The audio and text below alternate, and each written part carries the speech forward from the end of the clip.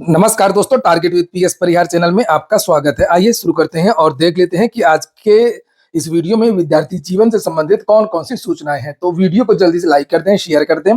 जिन छात्रों ने चैनल को अभी भी सब्सक्राइब न किया हो तो जल्दी से सब्सक्राइब कर लें ताकि आप लोगों को भी इसी प्रकार की ऑथेंटिक अपडेट से सबसे पहले मिलती रहे।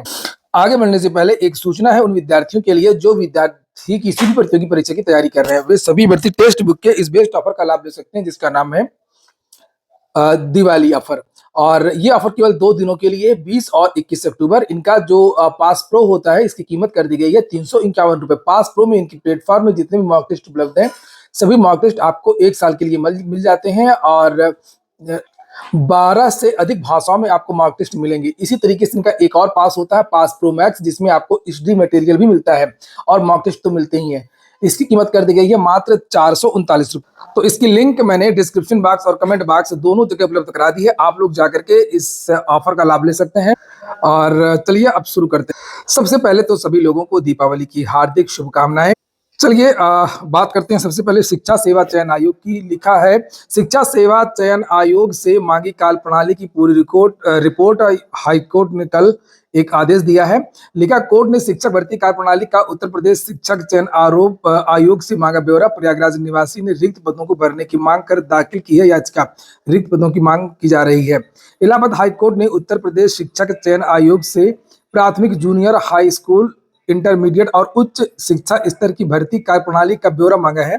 यह आदेश न्यायमूर्ति प्रवीण कुमार के एकल पीठ ने बाबा श्रीपति सरजू प्रसाद जूनियर हाई स्कूल के माध्यम से प्रयागराज निवासी गिरिराज कुमार की ओर से दाखिल याचिका पर दिया है। याची संस्थान की ओर से याचिका के माध्यम से विद्यालय में शिक्षकों की भर्ती की मांग की गई है। कहा गया कि विद्यालय में 4 पद हैं और एक भी शिक्षक की तैनाती नहीं है। क्लर्क के पद भी खाली हैं।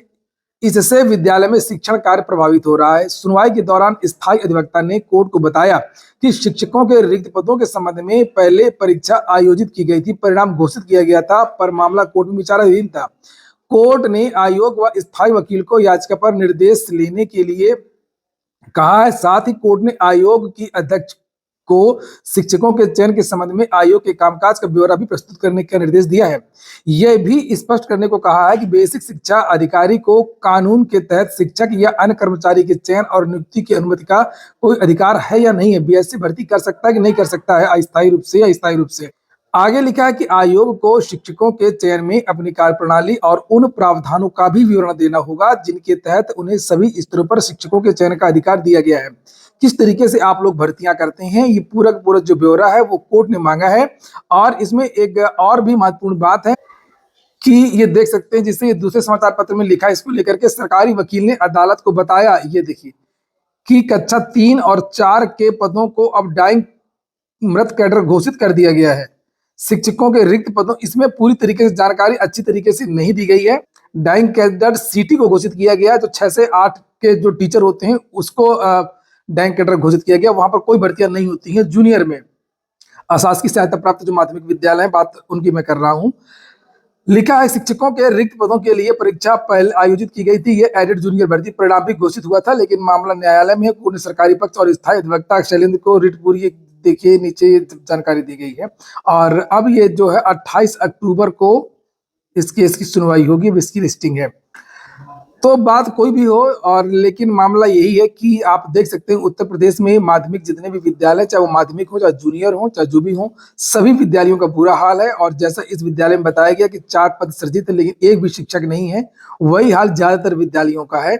ये अब बात करते हैं बीएड को लेकर के। एक कटिंग वायरल हो रही है। बीएड होगा प्राथमिक शिक्षक भर्ती में मान्य। एनसीटीई अधिनियम 2025 लागू होने से होगा बड़ा बदलाव। बात सही है, और ये प्रमुख रूप से आईटीईपी कोर्स के लिए था और अब उसमें बीएड को भी शामिल करने को लेकर के चर्चाएं हैं। जैसे आईटीईपी कोर्स को लेकर के मैंने पहले जानकारी दी थी कि अब शिक्षक भर्ती के लिए आईटीईपी ही लागू होगा। 2030 से ये सभी भर्तियों में अनिवार्य हो जाएगा। आईटीईपी एक 12वीं के बाद में शिक्षा में स्नातक का एक प्रोग्राम है, जिसमें से प्राइमरी के लिए अलग आईटीईपी और माध्यमिक के लिए अलग आईटीईपी और जूनियर के लिए अलग आईटीईपी होगा।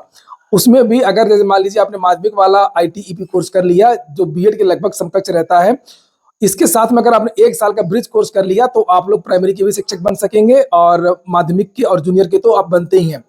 तो इसी तरीके से ब्रिज कोर्स को लेकर के ये कहा जा रहा है कि बीएड वाले जो विद्यार्थी पहले से बीएड कर चुके हैं, अगर वो लोग इसी कोर्स को कर लेंगे तो हो सकता है कि इन बीएड धारक हैं ये भी प्राइमरी में शामिल हो जाए। इसी को लेकर के ये सूचना वायरल हो रही है, आप लोगों को भी मिली होगी। और बात सही है, 2027 के बाद से 26-27 के बाद से शिक्षा विभाग में आप लोगों को आमूल-चूल परिवर्तन देखने को मिलेंगे। जैसे ही आईटीईपी का पहला बैच 2027 में पास आउट होगा, 2023 से आईटीईपी के बहुत सारे के जो कोर्स हैं बहुत सारे विश्वविद्यालयों में चल रहे हैं, एडमिशन भी हो रहे हैं। अभी भी फरवरी मार्च के महीने में एडमिशन हुए थे।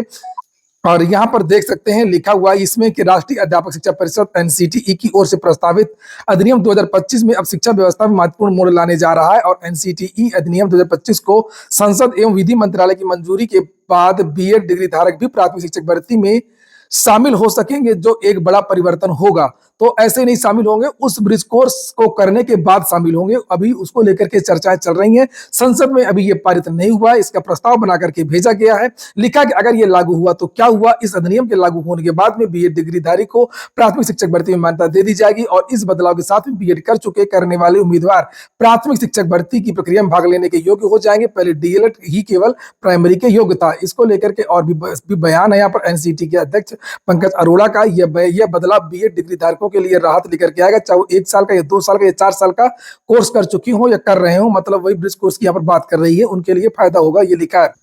2027 में जो बदलाव हो रहा है उसको लेकर के आप लोगों ने भी सुना होगा कि सीटेट ने एक पत्र जारी किया था कि 4 प्रकार का सीटेट होगा। मीडिया में आपने देखा भी होगा, प्राइमरी के लिए अलग सीटेट, जूनियर के लिए अलग सीटेट, माध्यमिक के लिए अलग सीटेट और हायर के लिए अलग सीटेट। ये सारे सीटेट वगैरह और टीईटी में भी बदलाव होंगे। टीईटी भी अब कई प्रकार का होगा, याद रखिएगा। मेरा अब ये वीडियो आप सेव करके रख लीजिए। 2026-27 के बाद में सीटेट टेट सभी में बड़े बदलाव देखने को मिलेंगे और ये जो बीएड का जो कोर्स है इसमें भी बदलाव। ब्रिज कोर्स तो एक अलग बात है, अब 1 साल का बीएड भी आपको देखने को मिलेगा। क्योंकि जैसे मान लीजिए कि कोई बच्चा 12वीं के बाद में शिक्षा के क्षेत्र में जाना चाहता, शिक्षक बनना चाहता, तो वो तो आईटीईपी कोर्स कर लेगा। 4 साल उसको खर्च करने में उसको कोई समस्या नहीं है। लेकिन मान लीजिए कि कोई साधारण बीएससी उसने किया है, ये प्रस्नातक उसने किया है और उसकी उम्र 25-26 साल की हो चुकी है और वो अब शिक्षक बनना चाहता है, तो वो क्या करेगा? क्या वो फिर से आईटीईपी कोर्स करेगा 4 साल का? नहीं, उनके लिए 1 साल का बीएड कोर्स रहेगा। वो लोग जो पुराने शिक्षक हैं जिन्होंने 4 साल का स्नातक किया है या परास्नातक किया, एमए अगर उन्होंने कर रखा है, एमए, एमएससी, एमटेक, एमकॉम वगैरह, तो उनके लिए 1 साल का एमए का कोर्स, 1 साल का बीएड का कोर्स भी रहेगा। इसको लेकर के कई बार समाचार पत्रों के माध्यम से जानकारी दी गई है और आप लोगों ने सुना भी होगा। तो ये जो बहुत सारे जो बदलाव होने वाले हैं, इन बदलाव को लेकर के आप लोग सतर्क रहिए और मेरा चैनल देखते रहिए। जो नए छात्र हो तो वो लोग जरूर इस चैनल को सब्सक्राइब कर। अगली सूचना है केवीएस एनवीएस की। देखिए ईएमआरएस की वैकेंसी आ गई, डीट्रिपल से वैकेंसी आ गई, अल्टी ग्रेड की वैकेंसी आ गई, प्रवक्ता की आ गई, जीडीसी की आ गई। अब वैकेंसी जो अगली से जो शिक्षक भर्ती आने वाली है वो किसी भी समय आ सकती है, हो सकता है कि इसी महीने लास्ट में आ जाए। एनवीएस की वैकेंसी और केवीएस की वैकेंसी, इसको लेकर के बहुत सारे पत्र जारी हो चुके हैं और अपडेट ये पदों की संख्या के बारे में अगर हम लोग देखें तो लिखा कि एनवीएस में लगभग 3727 पदों पर शिक्षक भर्ती आएगी और केवीएस में लगभग 9156 पदों पर भर्ती आएगी, जिसमें पीजीटी के पद 1934 होंगे और टीजीटी के पद 3619 और पीआरटी की जो वैकेंसी है वो 1966 पदों पर हो सकती है। जल्दी से कुछ वैकेंसी देख लीजिए। जैसे एक बीएसएससी से निकली है 379 पदों पर क्रीड़ा प्रशिक्षक की भर्ती है, ये देखिए आप लोग, और ये बिहार से निकली है। वेबसाइट है bssc.bihar.gov.in। इंडियन आर्मी से भी वैकेंसी निकली है। टीजीसी की टेक्निकल ग्रेजुएट कोर्स की वैकेंसी है 143 पदों पर, इसकी लास्ट डेट 6 नवंबर है। डीडीए से भी वैकेंसी चल रही है, लीगल असिस्टेंट, असिस्टेंट डायरेक्टर आदि की 1732 पदों पर, इसकी लास्ट डेट 5 नवंबर है। वेबसाइट है dda.gov.in। India post payments bank से भी वैकेंसी आई है 348 पदों पर, ग्रामीण डाक सेवक की है, इसकी लास्ट डेट 29 अक्टूबर है। 29 अक्टूबर के पहले आप लोग आवेदन कर सकते हैं। एक और भर्ती है एनएसयूटी में, ये भर्ती आई है असिस्टेंट प्रोफेसर, एसोसिएट प्रोफेसर और अन्य पदों पर, इसकी लास्ट डेट 11 नवंबर है। एनएसयूटी के बारे में अगर बात करें तो इसका नाम है Netaji Subhash Chandra Bose university of technology. तो ये यूनिवर्सिटी जो है वो दिल्ली में है। एमबीबीएस की 10,650 जो सीट है वो बढ़ जाएंगी, लिखा, और 41 नए मेडिकल कॉलेज भी मंजूर कर दिए गए हैं। संस्कृत महाविद्यालयों में शिक्षक भर्ती पर रोक लगा दी गई है, जिससे आप लोग यहाँ पर देख सकते हैं संपूर्णानंद संस्कृत विश्वविद्यालय से संबद्ध मान्यता प्राप्त देश भर के 403 अशासकीय सहायता प्राप्त संस्कृत महाविद्यालयों में प्राचार्य, अध्यापक, प्रवक्ता आदि की भर्ती पर रोक लगा दी गई है। दो फेज में होगा जेईई मेन। 21 जनवरी से शुरुआत होगी। इंजीनियरिंग कोर्सेज में एडमिशन लेने के लिए joint entrance exam JEE main 2026 की डेट से तय हो गई है। नेशनल टेस्टिंग एजेंसी ने तय किया है कि इंजीनियरिंग के पहले चरण की परीक्षा 21 से 30 जनवरी 2026 के बीच में होगी। ये हो गया आज का वीडियो। पूरा वीडियो सुनने के लिए बहुत बहुत धन्यवाद।